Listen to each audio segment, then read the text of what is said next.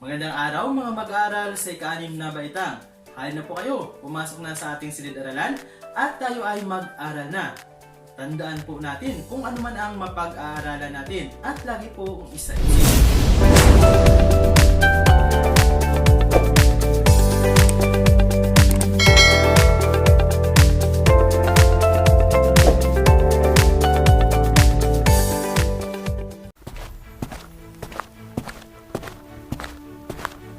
Magandang araw mga mag-aaral sa ika-6 na baitang. Narito muli tayo upang talakayin ang ating paksa. Ang ating paksa ay tungkol sa kasarinlan matapos ang pananakop ng Spain. Magugunita na kasama sa kasunduan sa Biak na Bato ang pag-alis ng Pilipinas at pagpunta sa Hong Kong na Aguinaldo at ilang revolusyonaryong pinuno. Habang sila ay nasa labas ng bansa, marami sa kasama nilang pinuno na naiwan sa bansa ang pumanig sa mga Espanyol sa laban ng Amerikano-Espanyol. Kabilang sa mga pinunong ito sina Peo del Pilar, Pedro Paterno, Mariano Alvarez, Emiliano Riego de Dios, Pantaleon Garcia, Antonio Pineda at Felix Ferrer. Sa kabilang dako, habang nasa Hong Kong at Singapore, ay hinimok ng mga Amerikano si Aguinaldo na pumanig sa kanila, kasabay ang pangakong bibigyan ng mga armas at otonomiya ang bansa bilang kapalit sa pagtulong ng mga Pilipino na lalahok sa pagkipaglaban sa Spain.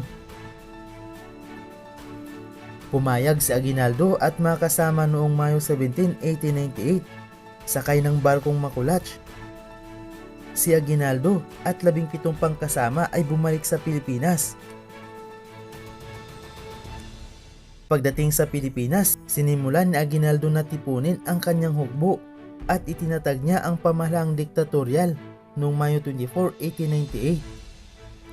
Nakipag-ugnayan siya kay Admiral George Dewey at binigyang halaga ang pagkakaibigan ng mga Pilipino at Amerikano sa pagpaglaban sa isa nilang kaway, ang mga Espanyol. Nang maganap ang labanan sa Looc ng Maynila, tuwirang tumulong ang napakaraming Pilipino sa mga Amerikano upang matalo ang mga Espanyol. Noong Hulyo 27, 1898, opisyal na ipinahayag ng mga Espanyol ang kanilang pagsuko sa mga Amerikano at nilagdaan ang unang kasunduan ng pagsuko noong Agosto 13, 1898. Noong Hunyo 12, 1898 ay isinagawa ng mga revolusyonaryong Pilipino na nasa ilalim ni General Aguinaldo ang pagdedeklara ng soberanya at kalayaan ng Pilipinas mula sa pamamahala ng Spain. Ang deklarasyong ito ay hindi agad kinilala ng mga Amerikano at Espanyol dahil isinalin na ng Spain sa United States ang pamamahala sa Pilipinas ayon sa Treaty of Paris. Kinilala lamang ng United States ang soberanya at kalayaan ng Pilipinas noong Hulyo 4, 1946. Sa maraming taon, ito ang petsa na ipinagdiwang natin bilang Araw ng Kalayaan. Ngunit sa bisa ng Republic Act 4166 na nilagdaan ni Pangulong Diosdado Macapagal noong 1964, ang Hunyo 12 ang kinilalang opisyal na Araw ng Kalayaan ng bansa. Sa kauna-unahang pagkakataon noong Hunyo 12, 1898, iniwagayway ang watawat ng Pilipinas na tinahi ni Marcela Agoncillo sa tulong ng kanyang anak na si Lorenza Delfina Herbosa de Natividad. Kasabay ang pagtugtog ng banda ng San Francisco de Malabon ng komposisyon ni Julian Felipe ng Marcha Nacional Filipina. Noong Hunyo 23, 1898, ipinahayag ni Aguinaldo ang pagpapalit ng pamahalaan mula sa isang diktadura patungong revolusyonaryong pamahalaan. Ang tanging pinagkaiba ng mga ito ay titulo ni Aguinaldo bilang pinuno. Mula sa pagiging diktador, siya ay naging pangulo. Nanatili ang pamahalaang revolusyonaryo hanggang Enero 23, 1899. Iba't ibang sangay ang nilikha upang matugunan ang tungkulin ng bagong pamahalaan. Pagsapit ng Setyembre 1898, lumikha ang Kongreso ng saligang batas upang maging isang republika ang bansa. Sa katunayan, nagpadala ng mga diplomatiko ang Pilipinas sa iba't ibang bansa upang kilalanin ang pagsasarili nito. Noong umaga ng Setyembre 15, 1898 ay pinasinayaan ang Kongreso ng Malolos sa simbahan ng Barasuin sa Malolos, Bulacan. Nagkaroon ng halalan ang Kongreso at ang mga nahalal ay sina Dr. Paterno bilang Pangulo, Benito Ligarda, pangalawang Pangulo, at Gregorio Araneta at Pablo Campo bilang mga kalihim. Ang mga sumusunod ay kabilang sa mahalagang nagawa ng Kongreso ng Malolos. Una, pagpapatibay ng kalayaan ng Pilipinas noong Setyembre 29, 1898. Pangalawa, pagpapahayag ng isang batas na nagpapautang para sa pamahalaan ng halagang 20 milyong piso. Pangatlo, pagtatatag ng Philippine Women's Red Cross Association. Pang-apat, pagtatatag ng Universidad Científico y Literaria de Filipinas. Ito ay ang pamantasan ng agham at panintikan ng Pilipinas. At ang panglima, pagsasagawa ng isang saligang batas para sa Republika ng Malolos. Alamin natin ang saligang batas ng Malolos. Ang saligang batas na isinulat ni Felipe Calderon, isang mahusay na abogadong Pilipino, ay pinagtibay noong Nobyembre 29, 1898 at noong Enero 21, 1899 ay ipinahayag ito ni General Aguinaldo. Ibinata ito sa mga saligang batas ng Spain, Belgium, Nicaragua, Mexico, France at iba pang bansa sa South America. Kaunti lamang ang impluwensya ng saligang batas ng United States dito. Ang itinuturing na pinakamahalagang kasulatan na nilikha ng mga kinatawan ng mga Pilipino ay ang Saligang Batas ng Malolos. Itinatag ng Saligang Batas ang isang demokratikong republika na nahati sa tatlong sangay. Una, ehekutibo o ang tagapagpapaganap na ginagampanan ng Pangulo ng bansa. Pangalawa, lehislatura o tagapagsabatas na ginagampanan ng Asamblea. At ang pangatlo, hudikatura o tagapaghukom na nasa kamay ng katastasang hukuman. Nakasaad din ang katipunan ng mga karapatan na siyang mangangalaga sa mga mamamayan. Sinasabing katangi-tangi ang Saligang Batas ng Malolos dahil sa tatlong kadahilanan. Una, binigyan ito ng higit na kapangyarihan ng lehislatura o kongreso kaysa dalawa pang sangay ng pamahalaan. Kalawa, ito ay nagtatag ng isang permanenteng komisyon na gaganap sa mga gawain ng Kongreso kung ito ay hindi nagpupulong.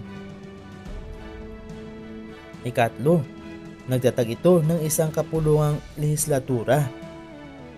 Ang Saligang Batas ng Malolos ay nagpapatunay na mga Pilipino ay may kaalaman sa politika at may pagmamahal sa kalayaan at sa bayan.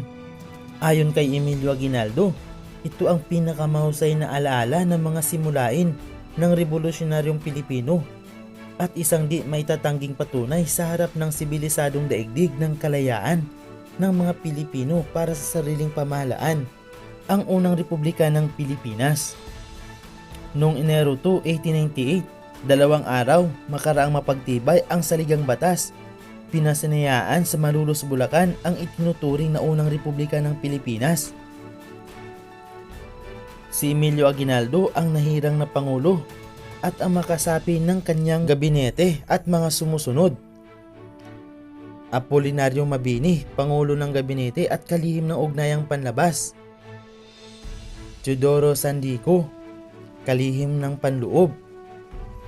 Baldomero Aguinaldo, Kalihim naman ng Pandigma. Mariano Trias, Kalihim ng Pananalapi.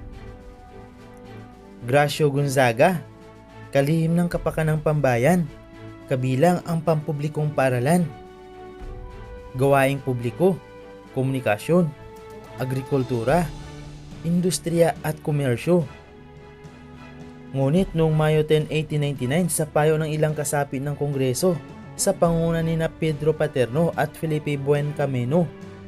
Pinalitan ni Emilio Ginaldo ang gabinete ni Apolinario Mabini at iba pang kalihim.